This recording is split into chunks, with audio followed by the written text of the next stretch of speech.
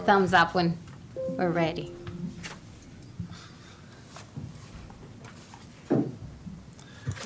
All right, this is a special meeting of the Administration Committee. It's 2 p.m. Thursday, November 30th.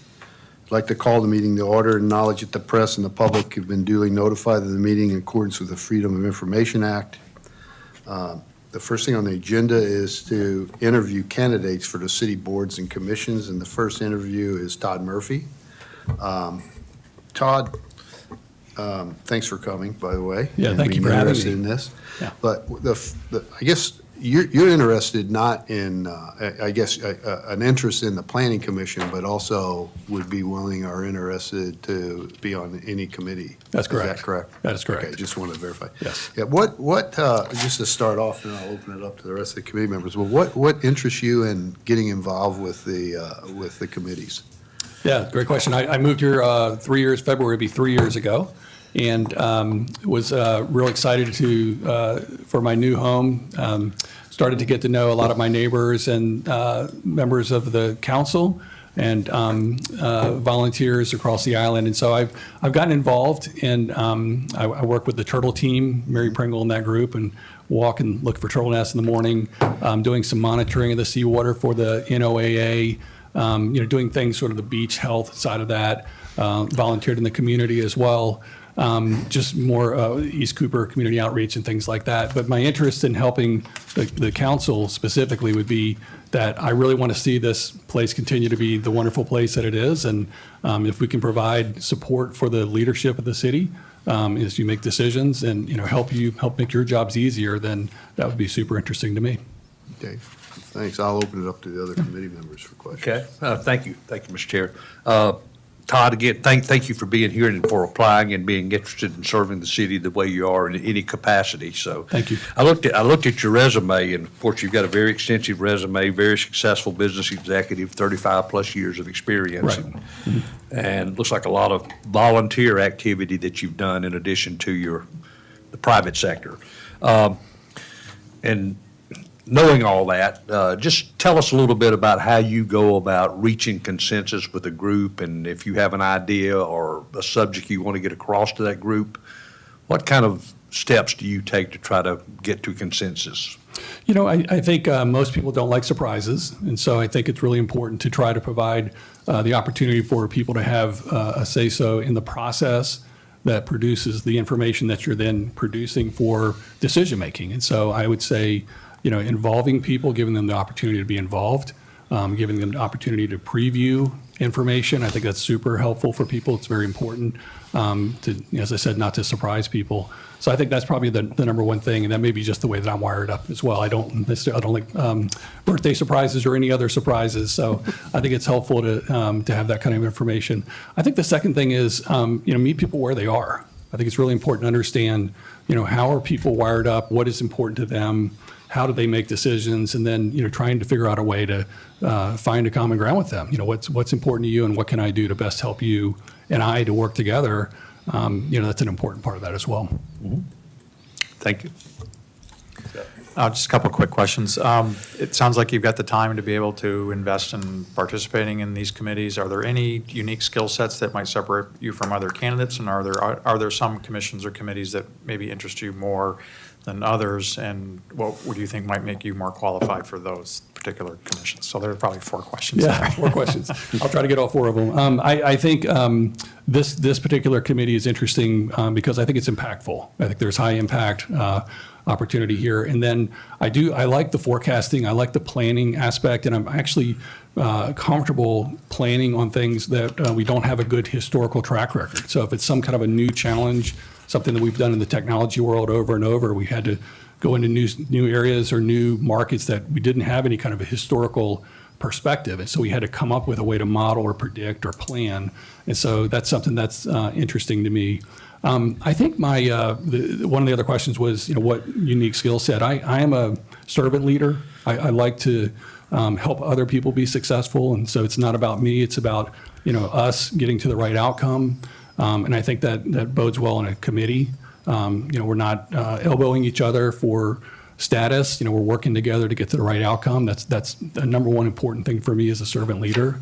And I don't know if I missed any of the other No, questions. no, that was good. Okay. Just one follow-up. So, whether you're on planning or ATAX or BOZA or any of these commissions or committees, are there any pet projects or things that you would specifically take a personal interest in trying to move forward for the city? I don't know that I have a specific pet project. I do, as I said, I love the forecasting, aspect, thinking ahead. That's something that I've always just enjoyed. And so anything that has a forecasting aspect would be interesting to me. Okay, thank you. Okay. Have you had a chance to attend any of the planning commission meetings or ATAX advisory committee, or either attend or watch them? I have not. I've attended council meetings, but not any of the committee meetings. Yeah. Yeah. Okay. All right, is there anything else you'd like to let us know? I retired in May of this year, so I do have time to work on this, and my other volunteer activities are pretty minimal, so yeah, I'd be up to the challenge. All right. Well, the process is we're going to decide today on nominations to take to council meeting on the 5th. Okay. And then those will be voted on January the 2nd. Okay, So. that sounds good. All right. Well, thank you for Thank you, coming Mr. in. Murphy. Thank you very much. Appreciate your time. Thanks, Todd. Thank you, Todd. Good seeing you. I'll stay in touch with you. All right. Mark is going to join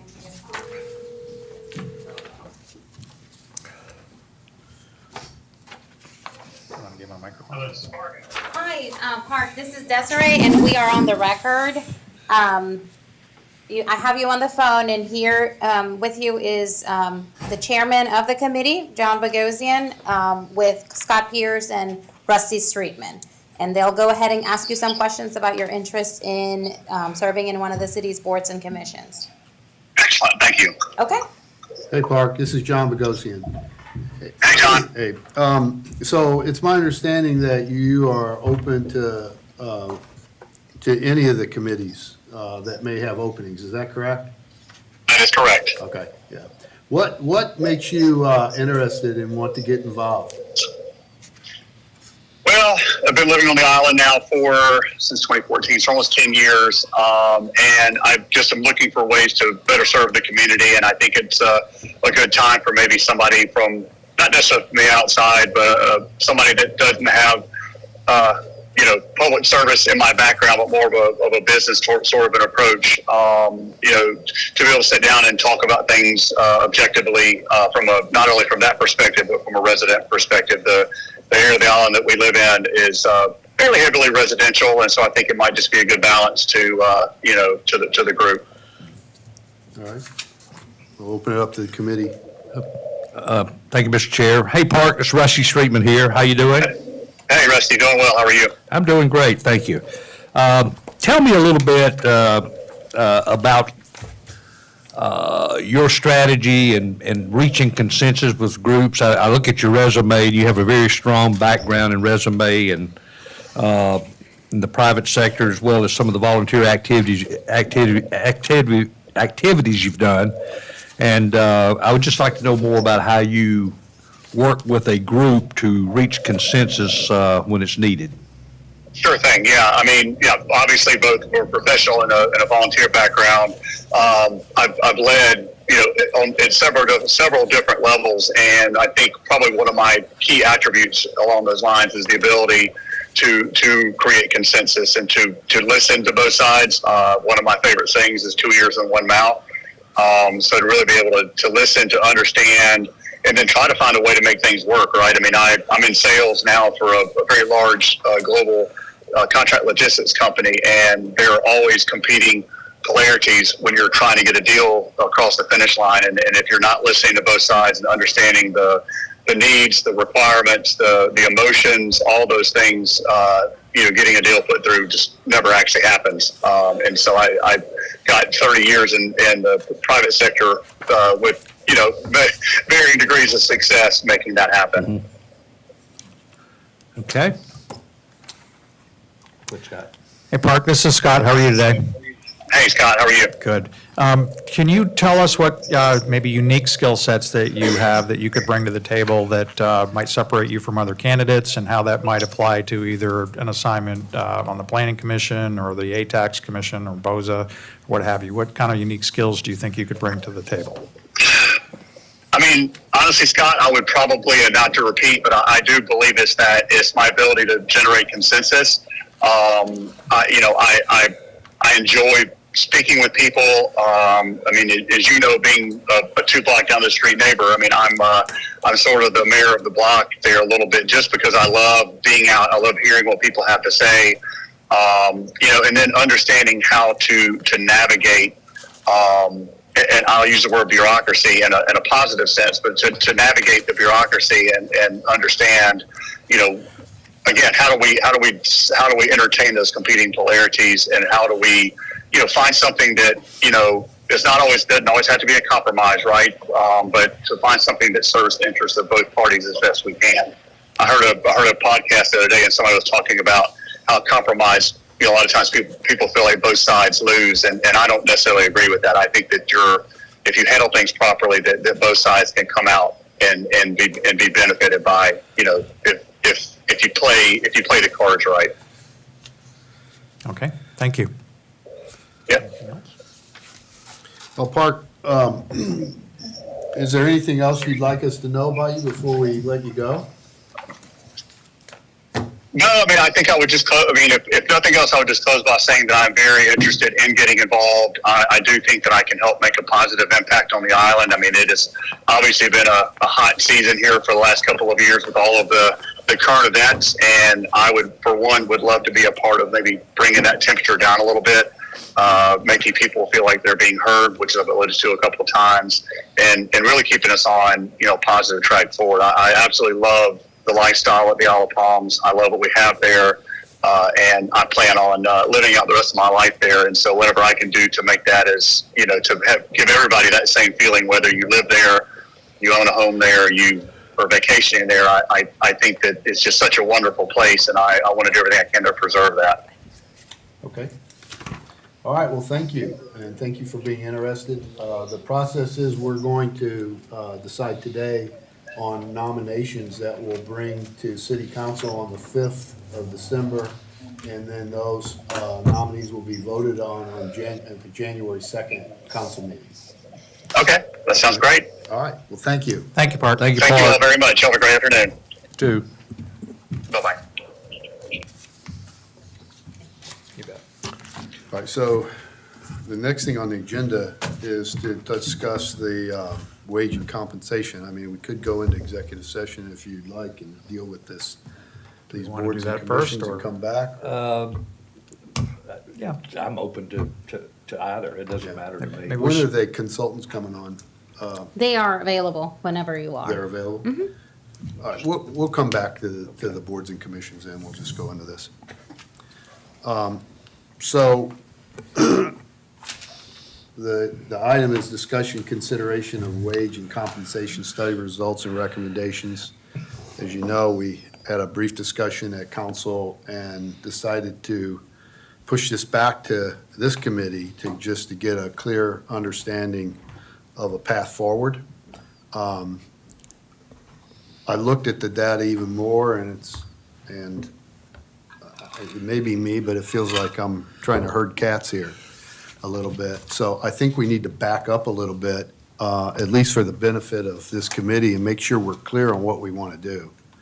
And then I think we can talk about what information we need from both Evergreen or staff or whoever else to achieve what the goal we set up. And to me, I've just jotted down a few things, but the goal is really to develop a compensation proposal for all city employees to present to city council that accomplishes the following. And one is, I think, it creates a sustainable structure. And I think this gets into this pay grade discussion. I don't think we just want to say, okay, here's a bucket of money and go and spread it across how you feel. I think that our system of compensation is based on these pay grades and how they step through it. So I don't know if we can effectively deal with this whole increase without addressing these ranges. Otherwise, we could impact what happens in the future, in future increases and how those grades. So I want to create something that's sustainable going forward. The second thing I think we need to do is achieve a compensation for city employees that are competitive with surrounding communities for equivalent responsibilities. And I think that gets into more details that we're going to need from Evergreen on these results that they receive, more detail around it, and we can get into that. But, clearly that's the objective. And along with that, I think we have to give some mind to the budget and the current constraints of the budget, or give some discussion and thought of how we pay for it going forward. So those are the three criteria, I think. Does anybody have any comments or any additions, or is that what we're really trying to object? No, Mr. Chair, I think the objectives are well stated. Sustainability, affordability going forward, all of that. I think another factor we have to consider being a barrier island, and I've said this before, is, there's another element of attracting and retaining employees for an island like this. It's an outlier that no one can afford to live on, other than the residents, certainly not the employees for the most part.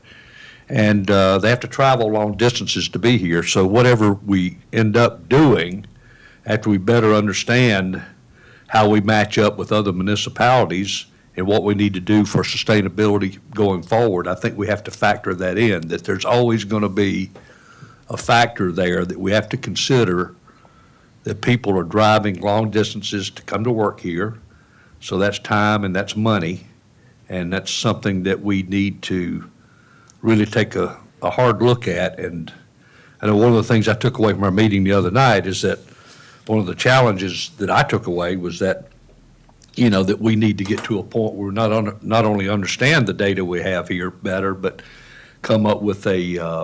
hopefully come up with a pool of dollars that everybody can be, I won't say completely happy with, but at least be a good start, and that we start taking a look at what we need to do in the short term and in the long term, and really put the accountability for how that money is spent between the city administrator and her department heads. Yep. Okay. One other thing I think if we can address during this process over the next couple of weeks is, I think in our conversations, talking to the chiefs and all, I'd like us to at least identify some of the other, call it non-monetary levers, and hiring practices and retention practices that might allow giving more latitude to some of the department heads, so that when you're hiring somebody with experience or what have you, you've got a little bit more latitude to move into different pay grades or situations on the get-go, so that we can attract the right people and then also retain the right people. So we haven't, we talked a little bit about if you get additional certifications, and I think we still need some clarity on what your ability is to hire people coming in with experience to understand those. But if we can look at some of the non-monetary levers too, I think that might help.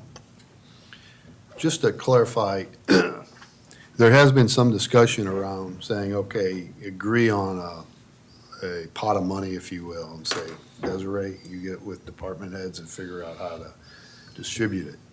And I'm not saying I agree or disagree, but what I guess where I am with that is what I said earlier. I do think that without addressing the pay ranges, that gets complicated. And do you agree, or is that an option for us to, as council, to decide?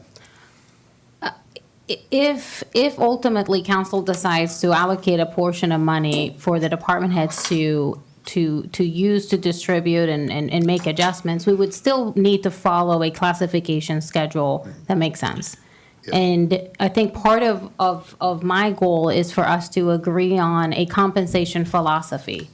That was the starting point when we did the 2020 study, and the compensation philosophy adopted at the time was that the city wanted to be in a leading position in the market for public safety, and at least market competitive for the general pay plan. So that's what we looked at. At that time, we were a little bit more aggressive in the salary in the salary ranges for the classifications in the police department step plan, because at the time we had about 6 vacancies. We didn't have as many vacancies in the fire department, so we felt a heightened sense of urgency with PD to be even more competitive, because we were competing with a smaller pool of applicants in the region. The way that our starting point for this process is consistent at that time. Leading in public safety, we're looking at salary ranges at the 60th percentile for both police and fire, and 50th percentile for the general pay plan. We have had subsequent conversations with the consultants about the range spread, the progression between steps, and there are some levers there that we can pull. And we can discuss that today if that's what we want to do. But there are some adjustments that could be made. They're not going to change dramatically depending on where we want to be compared to market, right? I mean, I think that is the big question and the policy, I guess, discussion that we need to have. And once we have that direction, those are,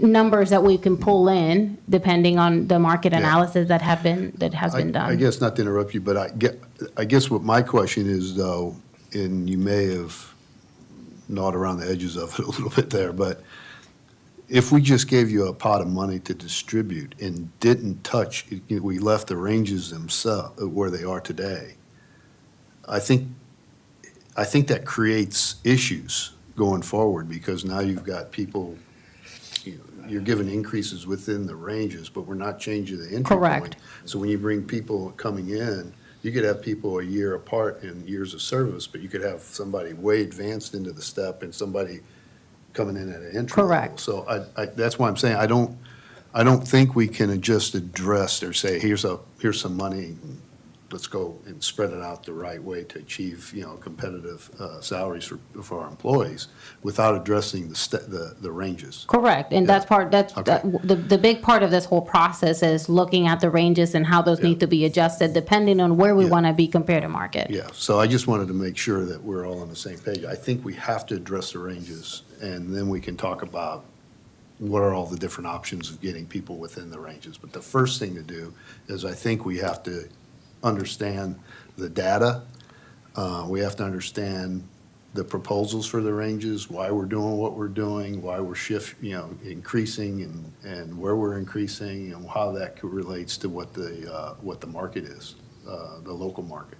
Correct, and when we look at the ranges too, I mean, typically, historically, the city has it depends on when people come in and we're going to hire, let's say, a new police officer. Without any experience, they come in at the minimum of the range.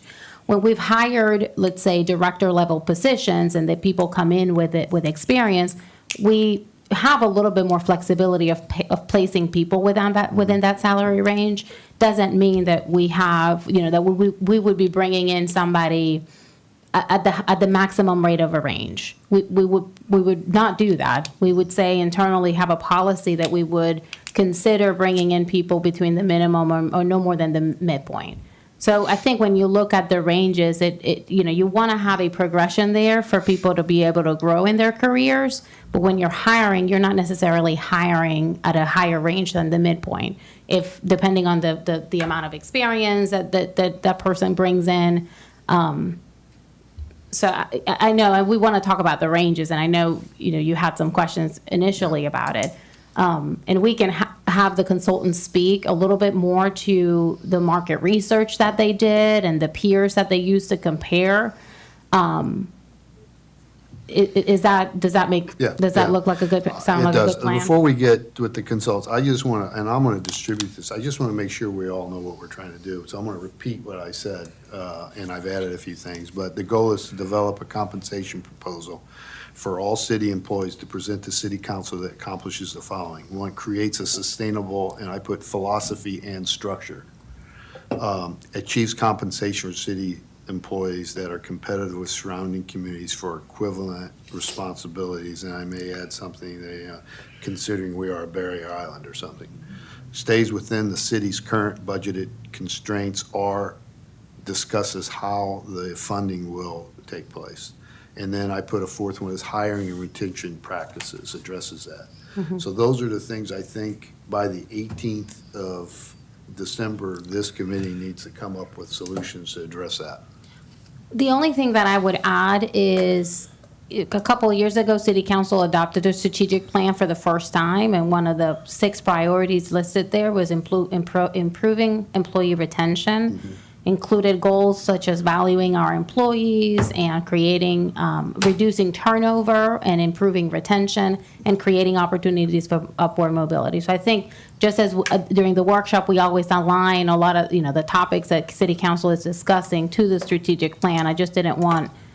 I want to remind everybody that this is consistent to the strategic plan that was adopted, and I think it represents one of the priorities of the city and City Council. All right. So having said all that, do we want to get an update from Evergreen at this point? And I don't know what you have or if you have anything different, but certainly I think the more you can get into the details of the responses that you received, specific communities, who they were, and the data you received would make things much clearer for us. All right, well, good afternoon. We're glad to be back. Thanks for having us back. Let's talk through, I heard you say a few things. I wrote down a few notes here that you were really kind of focusing in on, and want to make sure that there's good understanding and agreement on the data, on the range, the design, the construction of it there. So let's take a look a little bit at market and then talk about some of those. Let's also look at the current proposed plan, your current structure. Let's look at the proposed and talk about some of the reasons why and some potential changes that could be made. And really how you can also, we build these so they're adaptive and kind of interactive tools for you to use, because I don't want to give you a plan that isn't, right? I want you to be able to grow with it moving forward. And I also want to make sure fiscally it is sustainable and feasible. So we can talk about how we can help you tweak and make those changes too. Is there, and then we talk compensation philosophies as well. Is there anything else you want to make sure we cover while we're here? I think that's a good start. There could be some things Okay. we come across, but I think that's a good start. Okay, would you like to start with talking about some of the market information? Yes. Or would you like to start, okay. Also, because that kind of lends us right into the other. Yeah. All right, Ella, could you do me a favor? Can we share? If not, I think I've got it pulled up too. I just wanted to be able to share that. There we go. And you're right on the tab I want to be on. Okay. Allie's wonderful to work with, so she reads my mind very well. So looking here, these are our peers that were selected for the study, and you can see here where we included information, excluded one. The red are the ones that did not respond or provide us data. So of the few that we have here, the 15 or so, we've got the 3 that just didn't give us anything.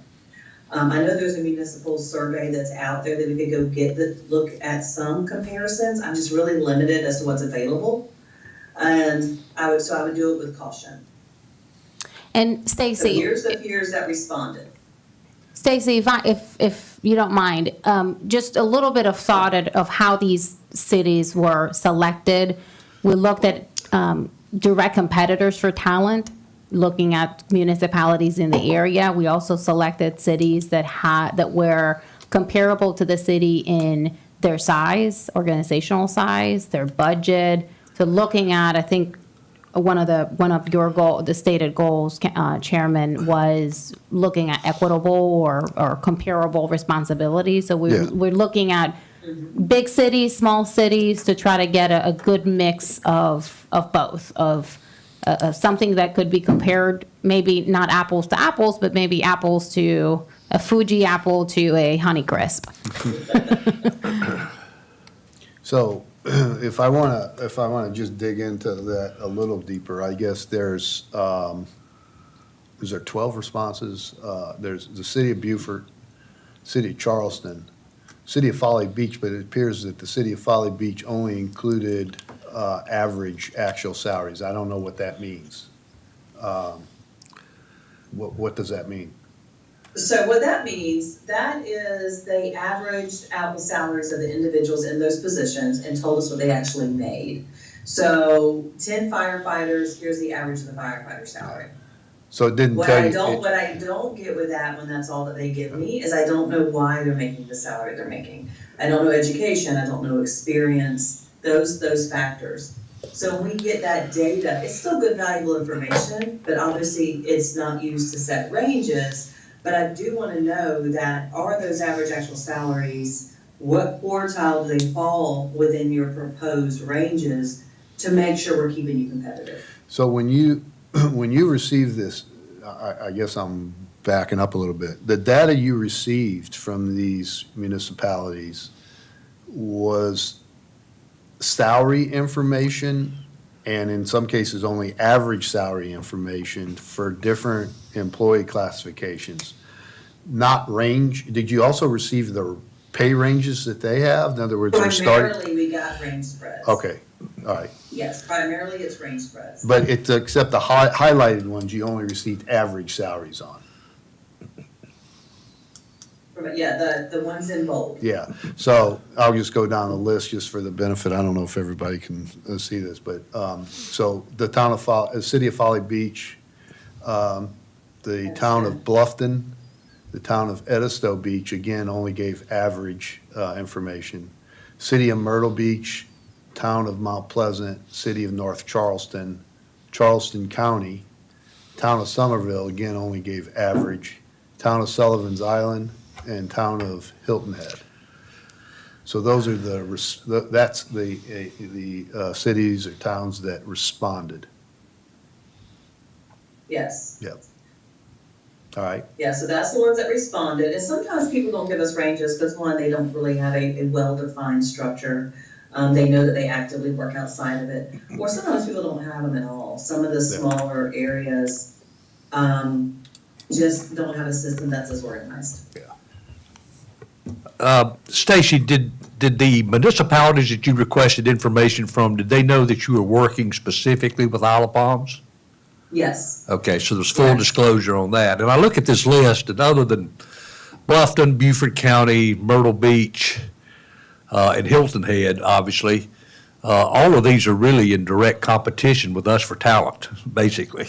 I mean, if you look at where our employee base comes from, yeah, we're pulling from Moncks Corner and areas like that, and, you could have people who could be applying at Folly Beach, Isle of Palms, Mount Pleasant, Somerville, Goose Creek, North Charleston, you name it. I mean, most of them on this list are really in competition with us for the talent that's out there. Did you get any information? I know most of this is salary data here, but any information that was gathered from any of them about that pertains to maybe work-life balance, any comps in regards to whether police department employees drive their own vehicles home or not, that sort of thing? I don't know that we got, so the perks, and those are the fringe benefits. No, I don't know that we got too much of that for, are you able to take your police car home or not? Ally, I'm gonna look to you towards that just a little bit. Yeah, we didn't specifically request that data. Okay, so this is strictly just raw data in regards to what you got on salary feedback. Okay. So, Can go ahead. No, I was going to ask a couple questions. And just again, for the public, I don't think that they're seeing, I don't know if they're seeing the screen, but in all of your range development, it looks like you've excluded Myrtle Beach, so they're out of the study. They were considered somewhat of an outlier. Is that correct? Yes, Myrtle Beach was considered an outlier. We can include them again if you would like to, and you can see what impact that has. But Myrtle Beach's salary schedule was definitely an outlier compared to not just you, but many of these other peers that are on here. Yeah, and I think your details showed it with and without, which was helpful. Correct. The other question I have is, so we've got the sample, we've got the list and the sample that actually provided salaries or ranges, kind of condenses or compresses a bit. And when we looked at the responses on a job class per job class, some had 1, some had 5, some had 7. So I'm guessing that, or inferring that indicates that not all of the samplers provided data for all of the positions. Is there a way that we can sort of find out so that we know, like, who are we actually comparing the firefighters to? Who are we actually comparing the police positions to? We can provide like a summary list of like that if you would like to see it. Yeah, Where I would call, as long as I would say, typically 5 is my cutoff, but I would say at least 4 here. So if we have at least 4, then we'll provide those to you so you can kind of see who you're competing with. There's, when you're looking at that data, you do see the 1s and 2s. As far as a specific position like that, it's data, and I don't mind looking at the data. If I've only got that few data points, that would not then be used to really determine where your market position is. 1 data point doesn't tell me anything. 2 data points is a straight line if you graph it. So I need more data points than that. So we're looking at typically we're looking at least 5 quality matches. And you got to remember, we're looking at not just your titles. The titles bring me to similar functions, roles, responsibilities, but we're looking at the job description level. Are they fundamentally doing very similar things? And it's a little subjective, but we're looking for about a 70% match in roles, responsibilities, functions. Do they supervise, not supervise? Those are the kind of things that we're looking for in order to consider it a good match. So not everybody uses job titles in the same way. Right, so if you, I don't want to put words in your mouth, so if you had a 1 or a 2 response, and we had some that, or I had a few that have just 1 response, how do you develop the actual range? And, I mean, it would be helpful for me to know, like, who that 1 is, if that's being used in any way to put together some kind of a market range. How do you develop those ranges if you only have 1 or 2 data points? So then we're looking back at your hierarchy and how you're utilizing those positions in relation to other ones where we do have 4, 5, 6, 7, 8 matches. So if they're functioning within the same level of the organization as one that does have a high match count, then we're able to pair them up along the same pay grades. See, I guess, I understand that, but you're making a distinction between 1 and 2 and 5. And statistically, I find it hard to draw any kind of statistical correlation between even 5. Don't you have to kind of look at the data pretty hard individually and make decisions instead of just trying to get averages and maybe you've done that. Yeah. We're still looking to see where are they in an org chart? What's their roles? What is that? Where is that peer located versus where you're located? I mean, those are all those that looking at the averages is just part of it. Okay. That's not the only consideration. I guess a follow-up then for me is how did you go from the data you received to developing the ranges that we have?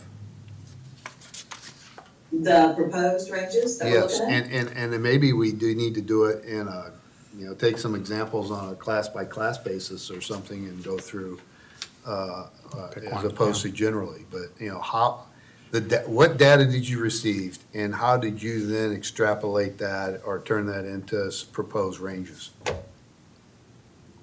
So the market data gives us the overall picture of where you fall within the market. And some positions are above, some below, right? And some right at market. Looking at that average, then we can go back and look at your pay structure and plan right now and make sure, do we need to address anything where we need to just fix the structure of the plan? Right now, your structure of your plan right now is built well. So we don't have a lot of changes there that are needed. But in order to bring those minimums up to a competitive market position, what is that percentage looking like? And while somebody like a Hilton Head, who's, one of your peers there, their budgets are a little different, their population's a little bit different.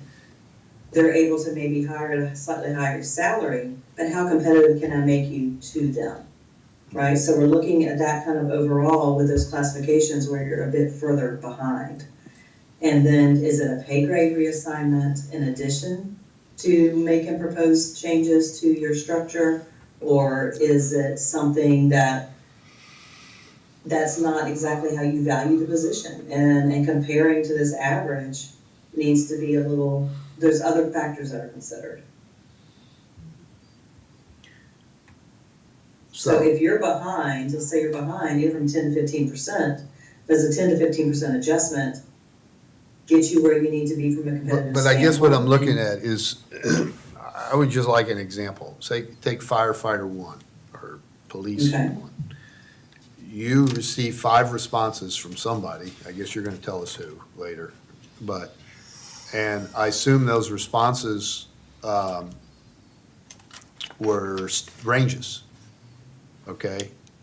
So how did you take the 5 responses did you take an average of all of those at this midpoint? Or did you take the entry, the low point, We take an average of it? We average at the minimum, the midpoint, and the max. Yeah, We then also apply cost of living to that as well, so that we're bringing everything to the value of your dollar. talk more about that, because wouldn't their dollar already have cost of living into it? But what I'm paying somebody in Myrtle Beach Yeah, to value them for the cost of living in Myrtle Beach is not the same thing that one of these other peers is potentially paying the firefighter. So if you're looking here, your cost of living is 107.5, Myrtle Beach was 95.2. yeah. So I have to, in order to equate the value of what that dollar cost me at Myrtle Beach versus what it cost me in Isle Palms, we've got to make a mathematical adjustment here to bring it up to the value of your dollar. So you increase it by 7%, or, well, in this case, it'd be Yeah, a little bit more, 13%. yeah. Yeah, 13%, yeah. But if all the peers that responded were Beaufort, Charleston, Foley, and Bluffton, there's really no adjustment. Because the cost of living index is at parity. Right. Yeah. So where you see these ones right here, there's nothing mathematically is adjusting theirs. All right. Can we have that? Can you send us that? I mean, I have that, but only Absolutely. with the first column. I think the remaining columns were hidden in the sheet we have. If we could get that, that would be helpful. I think Yeah, you we can just, send that to you. you just have to unhide them. I can't because it's Yeah, a they're locked they're all spreadsheet. they're all protected. Oh, they are? Yeah. Okay. Yeah. we can- Yeah, if we can get them unprotected, that would help. Yeah. Yeah, we'll add that to a follow-up email for you. Yeah, and it'd also be helpful if we added at least something that showed for the classifications, who the respondees were. Yeah, we can work on. Like you some of said, that like, for you guys. like you said, anything, if it's 1 or 2 respondents, there's no need to, but if you have, 4 or 5 or more, then, We got to count. yeah. And we'll include that and we'll flag the ones that you'll know which ones are average actuals, which ones are both, and which ones are just salary ranges. Okay, and just to get a baseline on what you did then, and then we can come back and decide where we want to go, but you then develop these, based on this data, you develop these ranges. And tell me more about the spread of the range, going to 50%. We're currently at 35, and what drove that to go to 50%? For the public safety, for police and fire. Right. So, yeah, currently you're at 35%, so which means over the span of that employee's career, that pay grade, and that there's only 35% earning potential from that minimum salary. So that's a pretty narrow range. Best practice, typically somewhere between 50 and 70% for government agencies. Now, having said that, when you're looking at something that's very specific, like fire, police, teachers, that there's a single incumbents that are in those pay grades and classifications, you can be a little bit more narrow because you're not having to account for a variety of classifications assigned to a pay grade.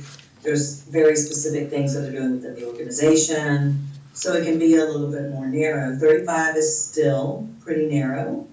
If we look to move that, and we can change these, but if we look to move that to increase that earning potential over the career of that employee, that helps you keep them not only recruitment minimum, but you can keep them throughout their career a little bit easier because you've stretched out what they're able to earn over a period of time.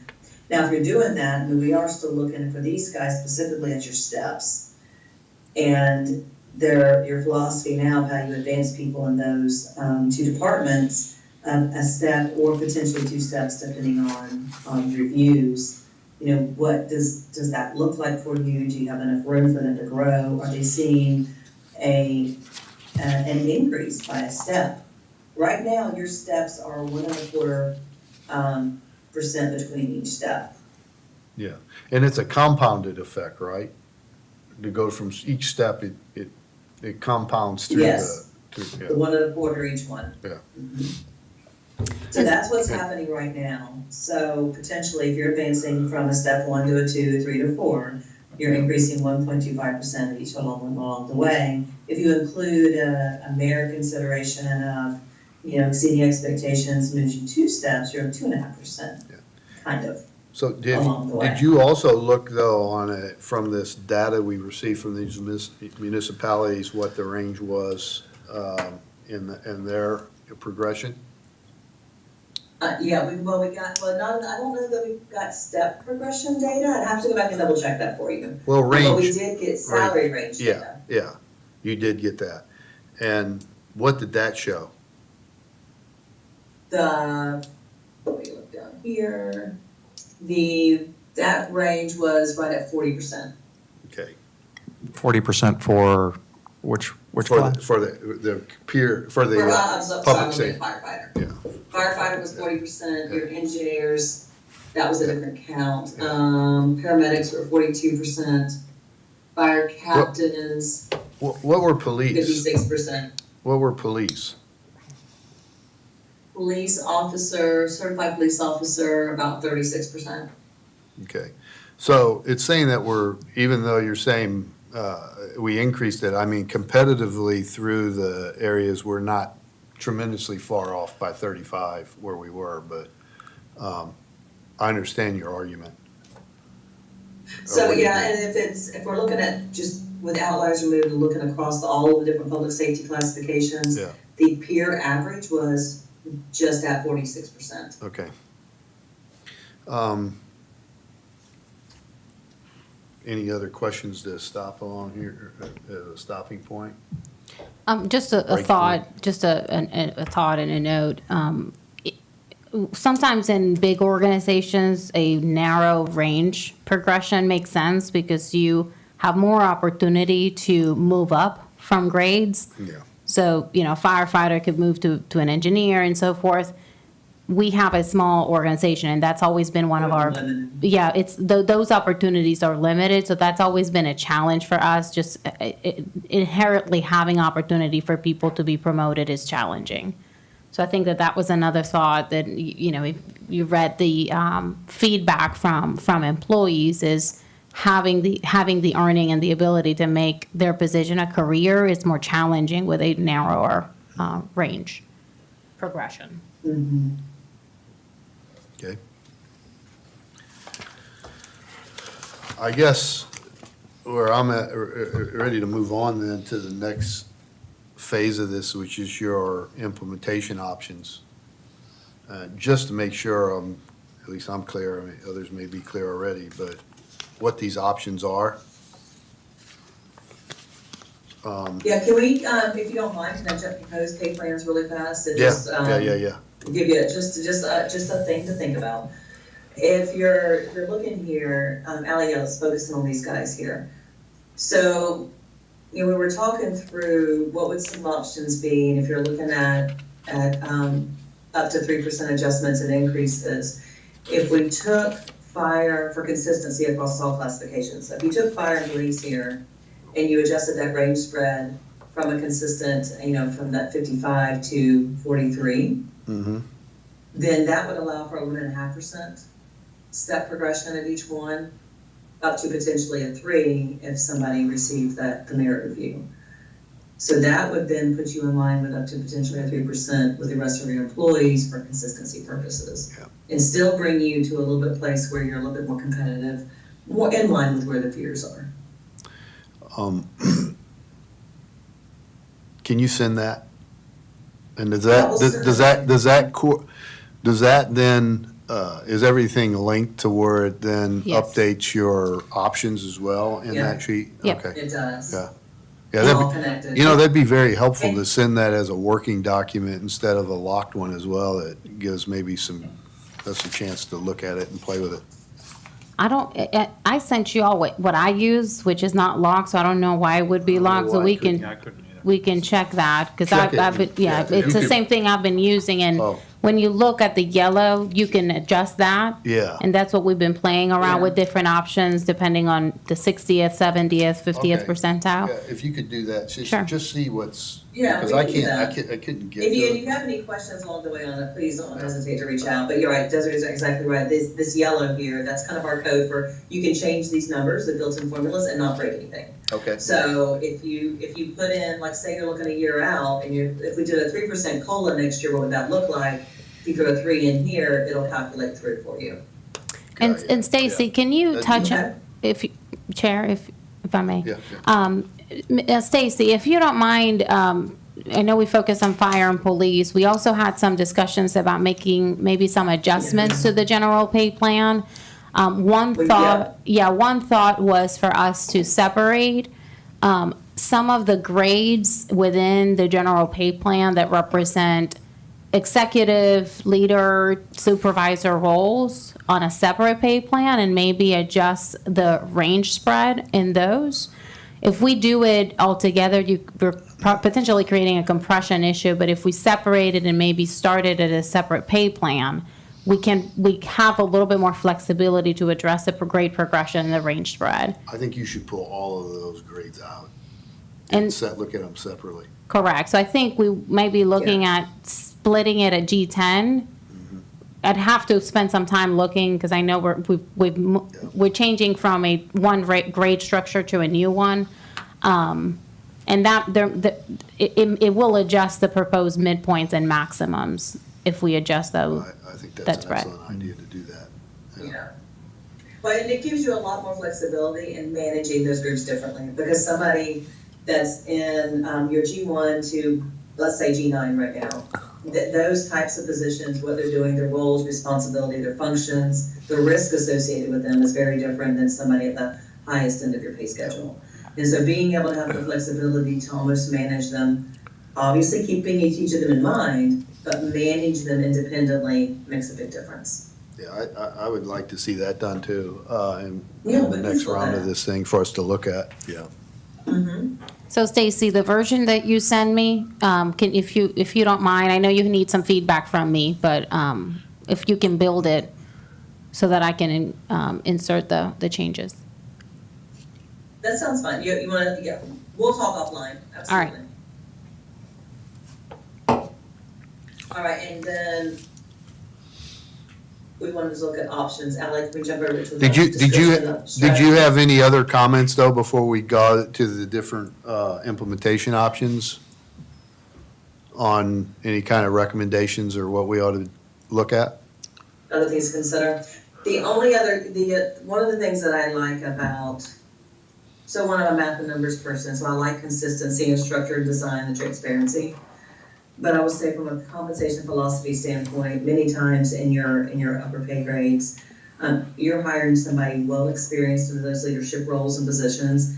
You're generally not bringing somebody in a minimum. So this would give us some flexibility of actually setting this structure for your, I'm gonna call it basically, your leadership, your senior leadership folks, design that structure that actually fits that part of your employee group. And it doesn't necessarily need to be 50 or 55%. You can adjust that to kind of fine tune it. Yeah. So that's what we want to do and kind of recommend to you, and then your folks there are, they already know how to manipulate this later on to kind of fine tune a number, and we'll help and advise on that. Okay. Can I ask for one other thing? And I don't know if this is just another tab you put in there, but you've got you got the current pay plan and the proposed pay plan with the minimums, midpoint, and maximums. Might be helpful for us to be able to see kind of what the delta is between those, the old and the new, because I think we'll see we might see $6,000, $7,000, $8,000 change in the minimums, but we might see $20,000 to $30,000 change up in the maximums because of the flare with the additional range expansion. So if that's something you can maybe put together, we can do it ourselves if I need be. think it's already there. The It's delta? here, it's just on a different tab and it says percentages. So if you'd like to see it as dollar amounts, you can absolutely do that. On the pay grade assignment tab is where you can see, based on where these would be, what is this, the plus or minus from current men, proposed men. And where you're seeing some, Yeah, if it's not too much trouble, if you could just drop, small level negatives there, it's really just truing up the schedule. yeah. If you could drop the dollars in and just put and you can just add a column between those and just add the dollars, that would be helpful. Okay, well, we'll do that. How about we put that on the proposed pay plan for you? Just add a column there that Yep. shows plus or minus. That'll work. Or Ally, whatever's easiest. I'll leave it to you.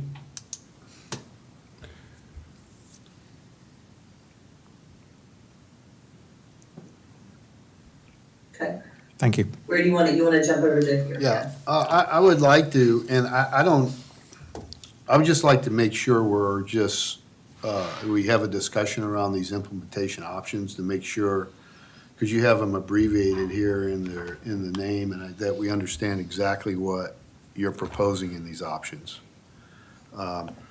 For example, and I don't know if we need to go through all of them or the ones that were highlighted as the highest priority options. But for example, bring the new minimum. And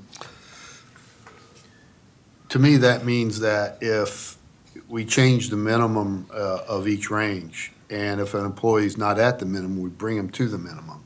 But yet, all 30 employees are receiving adjustments in the fire department and all 18 in the police department. So that tells me when we move the ranges, all of them fall out of the ranges, which I know is not correct. So I guess I'm trying to understand how 30 employees receive adjustments when that bring to the minimum. So all of your employees would receive an adjustment there because we're moving them to a new minimum, but we're also putting new steps. So they're moving to the next closest step. So if their current salary is going to be off of that step, it moves them to the next step or the closest step. So you would move, in other words, an employee that's already with the new range is already within the range, you would move them to the next step wherever their current pay is. Mm-hmm. So they would So, get. whenever you do that math, especially with percentages, it's always going to fall between steps. Okay, I don't know that I've ever had an instance where you landed exactly on a step. And so it puts them on the next closest step. yeah, okay. So I think I understand that one. Yeah. What is the other ones that we should know? I know I'd want to talk about step to step and this step movement with a cap. Those are the other ones I'd want to know about. I don't know if we should, or the current range penetration and what its cap is. I don't know if we should talk about class year parity or higher year parity, but at least move to current range penetration. I agree. I think current range penetration with or without a cap, and then the step-to-step placement for Yeah. police and fire is what we've been focusing on. Yeah. There's another option of a step-to-step plus one. We're not looking at that one. And then the class year parity and higher year parity, we've evaluated that with a consultant, and we feel like the step-to-step would be more an equitable Yeah. implementation option. Yeah, So- it's more in line with how you've advanced people over time, Yeah. right? Because if you take those, and I know we're not gonna spend too much time on them, but anything that's based on time, class, higher, hybrid, that's looking at time in classification or time since they've been hired or a weighted value of. That, then what that's gonna do is negate any movements you've done based on merit.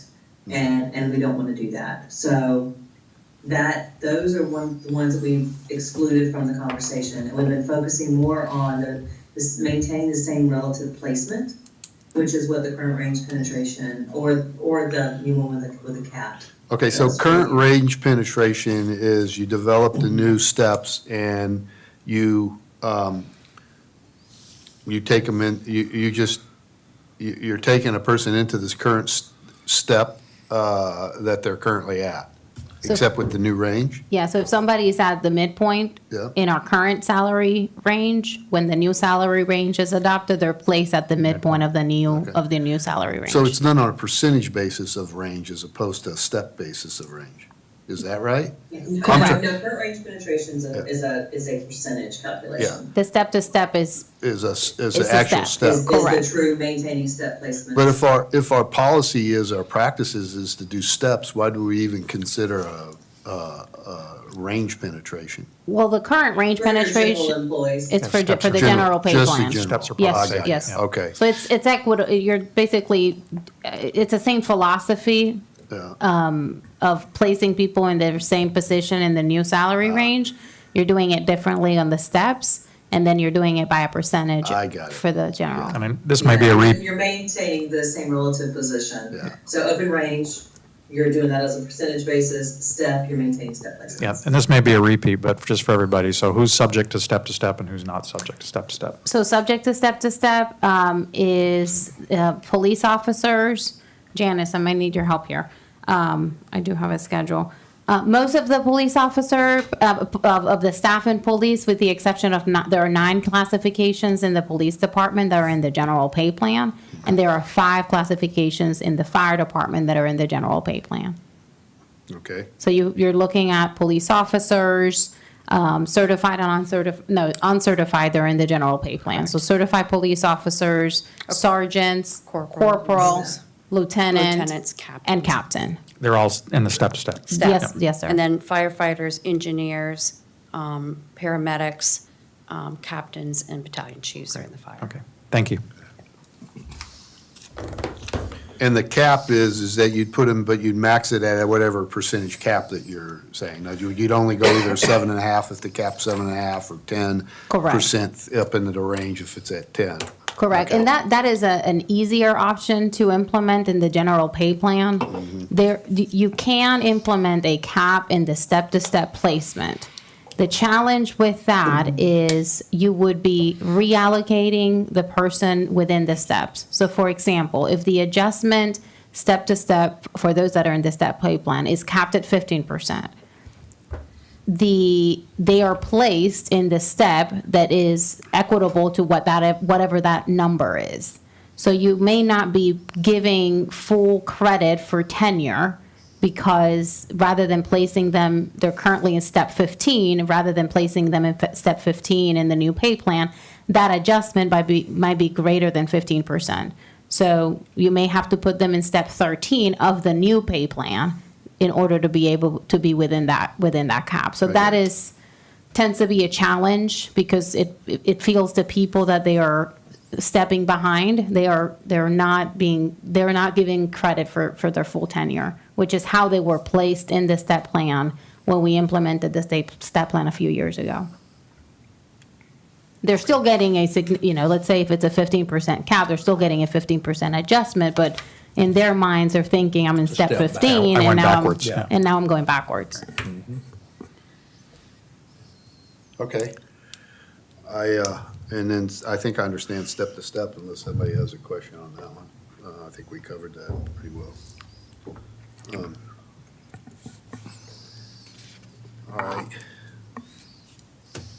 Any other questions for the consultants at this point?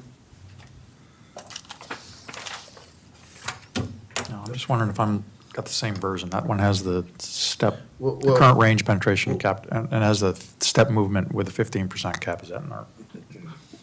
What I would This propose. is a more updated version than the one. This there- is? Yes, this is, and this one includes data from Hilton Head that they received after this was distributed. So we'll share this version, and you'll see the changes that we discussed today. Okay. Well, I would propose for this is that we get the information we requested in the spreadsheets and the different, and unlocks, with it unlocked, and let us kind of digest this a little bit more and schedule a meeting on this again for next week. And really would like to have, I think at that point, it's probably really appropriate to also talk to the individual department heads about different philosophies within their areas on this, and try to wrap this up towards the end of next week. But Does that make sense? Works for me. Russ? Same for me. So if you could get us, the sooner you get us this information, the better, but allow us to play with it. But I think I'm available Wednesday, Thursday, Friday. Let's see. I'm good all those days, I think. Could we look at the 5th? The Wednesday, It's Tuesday, the 5th, we have a council meeting on that evening. that Yeah, evening. can we do the, but I can't make Tuesday. I'd rather do the Wednesday, the 5th. Wednesday, the 6th, 6th? and do it Okay. at 2:00 if everybody. I might have a problem with 2 o'clock. How about in the morning? Yeah, in the morning, I'm fine. I have an appointment that I have to be at by noon. Okay, you want to do it at 9 o'clock? 9 o'clock's fine for me. 9 o'clock Wednesday morning? So, I'd have to leave by 10:30. For our schedule next week, we've got quite a few kind of end of year meetings where everybody's trying to get meetings in before the holidays. But if there are specific questions you guys could send us ahead of time, we're happy to get some answers back over to you. Allie or I should be able to join virtually next week if you need us to jump on and answer anything. That would be great, yeah. Thank you, And if Stacy and Ally. And as we get this information, as questions come up, we'll channel them through Desiree to get to you. Absolutely, yeah, and just let All right. us know if there's anything we can help with, guys. All I right. appreciate you. All right, great, thank you. thank you, Will. Thank you. All right, thank you.